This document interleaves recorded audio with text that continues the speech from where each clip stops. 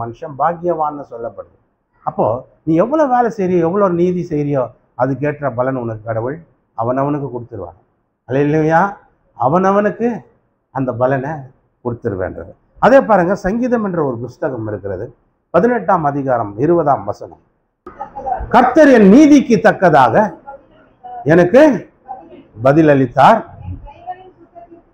என் கைகளின் சுத்தத்திற்கு தக்கதாக எனக்கு சரி கட்டினார். இன்னொரு வாட்டி சத்தமா வாசிங்க. கர்த்தர் என் நீதிக்கு தக்கதாக பதிலளித்தார், என் கைகளின் சுத்தத்திற்கு தக்கதாக எனக்கு சரி கட்டினார். சரி கட்டுறாரு பாருங்க. என்ன சரி கட்டுறாரு கடவுள். அதனால தான் நம்ம ஆண்டவருக்கு பயப்படுறோம். ஆண்டவர்னால எதுக்கு நம்ம முக்கியத்துவம் கொடுக்குறோம் தெரியுமா? பாருங்க என்ன சொல்றாருங்க. கர்த்தர் என் நீதிக்கு தக்கதாக பதில் கொடுக்கிறார். நான் என்ன நீதி செய்கிறேன், எவ்வளோ நீதி செய்கிறேன், என் நீதிக்கு தக்கதாக தான் பதிலே கிடைக்குது. இப்போ புரியுதா? உன் வேலைக்கு தக்கதான கூலி உனக்கு கிடைக்கிறது போல நீதிக்கு தக்கதான பதில் உனக்கு கிடைக்கும். உன் கைகளின் சுத்தத்திற்கு தக்கதான பதில் உனக்கு சரி கட்டுவார்.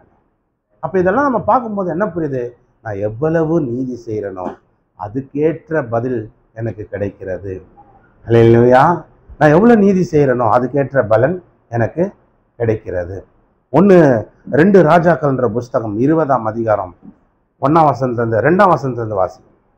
அப்பொழுது எசேக்கியா தன் முகத்தை சுவர்புறமாய் திருப்பி கொண்டு கர்த்தரை நோக்கி, ஆ கர்த்தாவே, நான் உனக்கு முன்பாக உண்மையும் மகா உத்தமமாய் நடந்து உமது பார்வைக்கு நலமானதை செய்தேன் நினைத்தருளும். பாருங்க, எசேக்கியான்ற ஒரு ராஜா வியாதிப்பட்டுறார். எசேக்கியான்ற ஒரு ராஜா வியாதிப்படுறார். வியாதிப்பட்டு அவர் சாகிற மாதிரி ஆயிட்டார். நல்லா கவனிக்கணும். நீங்கள் நான் சொன்னேன் இல்லையா, உங்கள் நீதிக்கு தக்கதாக பதில் உங்களுக்கு கிடைக்கும். நீ எவ்வளோ நீதி செய்யறியோ அதுக்கேற்ற பலன் உனக்கு கடவுள் கொடுப்பா. அப்போ இந்த ராஜா ஒரு வியாதிப்பட்டுறான். இந்த ராஜா ஆண்டவருடைய பிள்ளை தான். இந்த ராஜாவுக்கு ஒரு நாள் வியாதியை ரொம்ப முத்தி போய் சாகிற நிலைமைக்கும் ஆயிட்டான். ஆயிட்ட பிறகு இவனுக்கு ஒரு மரண நாளும் ஃபிக்ஸ் ஆயிடுச்சு. இன்னைக்கு இந்த நாளுக்குள்ளே டாக்டர் சொல்லுவாங்கள்ல, இத்தனை நாளுக்குள்ளே ஒரு இறந்துருவார், இருக்க மாட்டார், இப்படியெல்லாம் சொல்லுவாங்கள்ல.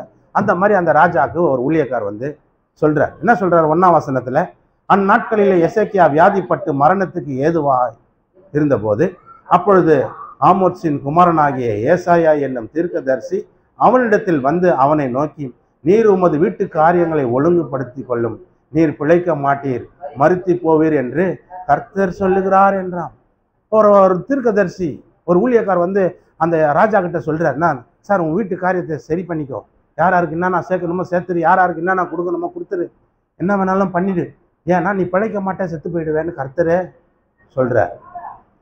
அல்லேலூயா. இப்போ இவருக்கு என்ன ஆயிடுச்சு? சாவு நாள் நெருங்கிடுச்சு, மரண நாள் நெருங்கிடுச்சு. தீர்க்கதரிசி ஒரு தேவ மனுஷன் ஊழியக்கார வந்து சொல்றார், நீ பிழைக்க மாட்டேன், செத்து போயிடுவேன், அதுக்குள்ளே நீ என்னென்ன சரி பண்ணணுமோ சரி பண்ணிக்கோ அப்படின்றத சொல்றார். சொன்ன உடனே இவன் என்ன பண்றான்? மனவேதனை, என்னடா நம்ம செத்து போயிடுவோன்னு சொல்றாரு, நம்ம பிழைக்க மாட்டேன்னு சொல்றாரு, ஆண்டவரே சொல்றாரு நம்ம பிழைக்க மாட்டேன்னு அப்படின்னு சொல்லிட்டு ரொம்ப ஃபீல் பண்ணி ரொம்ப துக்கமாயி அவர் மூஞ்ச சுவர் பக்கமாக திருப்பி என்ன பண்றாரு? அப்பொழுது எசேக்கியா தன் முகத்தை சுவர்புறமாக திருப்பி கொண்டு கர்த்தரை நோக்கி என்ன ஜெபம் பண்றாரு பாருங்க.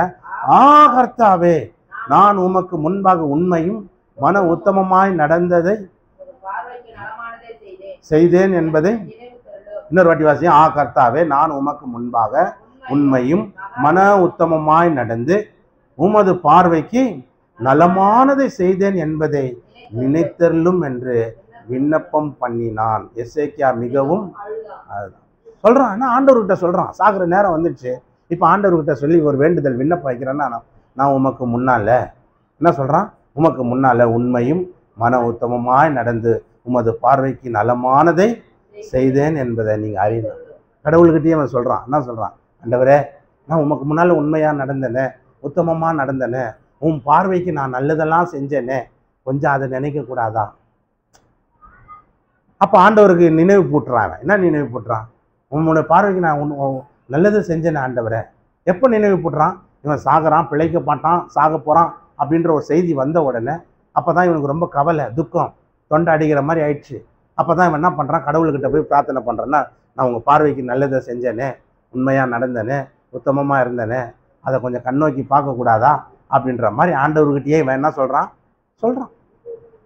அல்லேலூயா, அல்லேலூயா. அப்போ இவன் இந்த வார்த்தையை சொன்ன பிறகு ஏசாயா பாதி முற்றத்தை விட்டு அப்புறம் போகிறதற்கு முன்னமே கர்த்தருடைய வார்த்தை அவனுக்கு உண்டாகி அவர் சொன்னது, நீ திரும்பி போய் என் ஜனத்தின் அதிபதியாகிய எசேக்கியாவை நோக்கி, உன் தகப்பனாகிய தாவீதின் தேவனாய் இருக்கிற கர்த்தர் சொல்லுகிறது என்னவென்றால், உன் விண்ணப்பத்தை கேட்டேன், உன் கண்ணீரை கண்டேன், இதோ நான் உன்னை குணமாக்குவேன். 3ஆம் நாளிலே நீ கர்த்தருடைய ஆலயத்துக்கு போவாய், உன் நாட்களோட 15 வருஷத்தை கூட்டுவேன். சார், நம்ம நாட்கள் இன்க்ரீஸ் ஆகணும்னா, நம்ம நாட்கள் இன்னும் கொஞ்சம் அதிகமாகணும்னா நம்ம என்ன சொல்லணும் ஆண்டவர்கிட்ட? ஆண்டவரே, நான் கரெக்டாக தசம்பாகம் கொடுத்தேனே, நீ சொல்லலாம். அவன் சொன்னான் பாரு, உன் பார்வைக்கு நலமானதை செஞ்சேனே, நல்லதை செஞ்சேனே, உத்தமமாக நடந்தேனே, உண்மையாக நடந்தேனே, அதை கொஞ்சம் நினைக்கக்கூடாதான்னு சொன்னான். அப்போ ஆண்டவருக்கு இந்த வார்த்தையை நினைவு கூட்டினோன்னா ஆண்டவர், ஓ ஆமாம் செஞ்சான்பா, இவன் ஒழுங்காக நடந்தான்பா, இவன் உண்மையாக இருந்தான்பா, நலமானதை என் பார்வைக்கு நல்லதை நிறைய செஞ்சுருக்கிறான்ப்பா, அப்போ ஒன்று பண்ணு. சரி, அந்த தீர்க்கதரிசிக்கிட்ட திரும்ப சொல்கிறார். அவன் பாதி தூரம் தான் போனானா, கொஞ்சம் தொழுக்கு போகிறதுக்குள்ளேயே அந்த ஆண்டவருடைய வார்த்தை அவனுக்கு வந்து, ஏன்பா நீ திரும்பி போய் அந்த எசேக்கியா, என் ஜனத்தின் அதிபதி ஆகிய அந்த எசேக்கியா கிட்ட சொல்லு, நான் உன் விண்ணப்பத்தை கேட்டுட்டேன், உன்னை நான் குணமாக்குறேன், உன் வருஷங்கள் இன்னும் 15 வருஷத்தை எக்ஸ்ட்ரா உன் ஆயுசு நாட்களை கூட்டி தரேன், உன் ஆயுள் காலம் இன்னும் எக்ஸ்ட்ரா உனக்கு 15 வருஷம் தரேன் அப்படின்னு சொல்லுப்போ. அது மாத்திரம் இல்லை, அவனுக்கும் அவன் குடும்பத்துக்கும் அந்த நாட்டுக்கும் அந்த நகரத்துக்கும் நான் ஆதரவாக இருப்பேன் அப்படின்றதும் சொல்ல. அல்லேலூயா. இப்போ நீதிக்கு தக்கதாக பலன் நம்மளுக்கு எப்படி கிடைக்கிது பாருங்க. அதை தான் சொல்கிறேன் நான். அங்கே பார்த்தோம் சங்கீதத்தில்னா, என் நீதிக்கு தக்கதாக எனக்கு பதில் அளிக்கிறார், என் கைகளின் சுத்தத்திற்கு தக்கதாக எனக்கு சரி கட்டுறார். உன் கை எவ்வளோ சுத்தமாக இருக்குதோ அதுக்கு உனக்கு சரி கட்டுறார், அதுக்கேற்ற மாதிரி உனக்கு பலன் கொடுக்குறார். உன் நீதி எவ்வளவோ நீ செய்கிறியோ உன் நீதிக்கு தக்கதாக பதில் உனக்கு கிடைக்கிறது. நீதி செய்ய வேண்டும். அதனால தான் வெளிப்படுத்தின விசேஷம் கடைசி புஸ்தகத்தில் அவர் சொன்னார், நீதி செய்கிறவன் இன்னும் நீதி செய்ய சொல்கிறாருன்னா உனக்கு ஏற்ற பலன் கிடைக்குது சார்.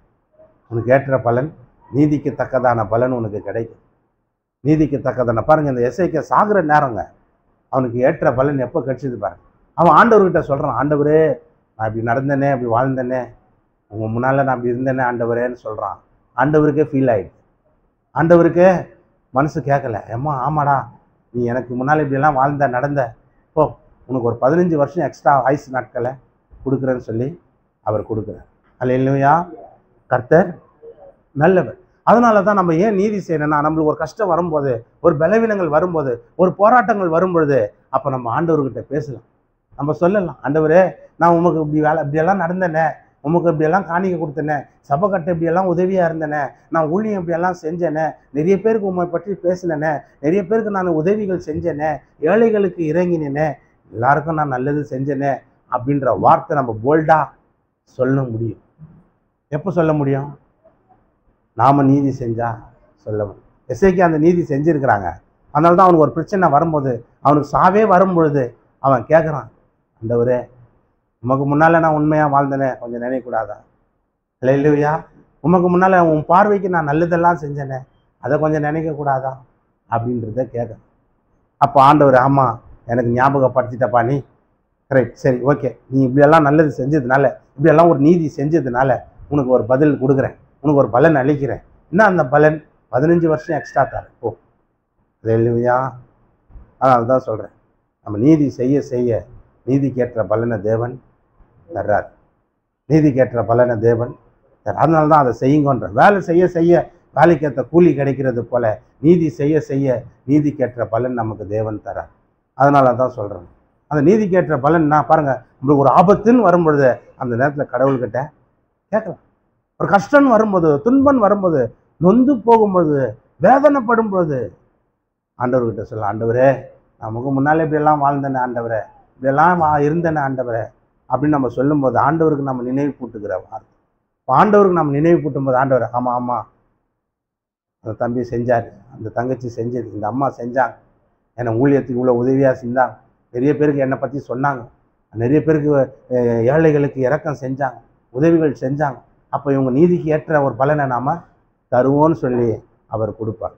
எசேக்கியா சாகிற நேரத்தில் அந்த வார்த்தையை சொன்ன பிறகு ஆண்டவர் அவனுக்கு ஒரு வாழ்க்கையை மறு வாழ்க்கையை 15 வருஷம் வாழக்கூடிய வாழ்க்கையை எக்ஸ்ட்ரா கொடுத்தார். அவனுக்கும் அவன் குடும்பத்துக்கும் அந்த நகரத்துக்கும் ஆதரவாக இருந்தார். அல்லேலூயா. அதனால தான் வெளிப்படுத்தின விசேஷத்தில் சொல்லப்பட்ட வார்த்தை, நீதி செய்கிறவன் இன்னும் அவனவனுக்குரிய பலனை அவனவனுக்கு தர்றேன். இப்போ நம்ம நீதி செய்கிறது தப்பு இல்லையே. அல்லேலூயா. நீதி செய்வது தவறு இல்லை. இன்னும் நம்ம செய்யணும் நீதி. நம்மளால் முடிஞ்ச அளவுக்கு தேவன் அதுதான் எதிர்பார்க்கிறார். தேவன் நம்மளை எதிர்பார்க்குறாரு? நீதி செய்யணும். ஏன்னா அவர் நீதியின் சூரியன், நீதியின் தேவன் அவர். அப்போ நீதியின் தேவன் நம்மளை என்ன எதிர்பார்க்குறாரு? நீதி செய்ய வேண்டும் என்பதை தான் அவர் எதிர்பார்க்கிறார். ரட்சிப்பு நமக்கு எப்படி கிடைக்கிறது? அவருடைய இரக்கத்தின்படி. நாம் செய்கிற நீதியின்படி ரட்சிப்பு நமக்கு கிடைக்கல, அவருடைய இரக்கத்தின்படி ரட்சிப்பு கிடைக்கிறது. ஆனால் ரட்சிப்பு கிடைத்த பிறகு நாம் என்ன செய்யணுமா?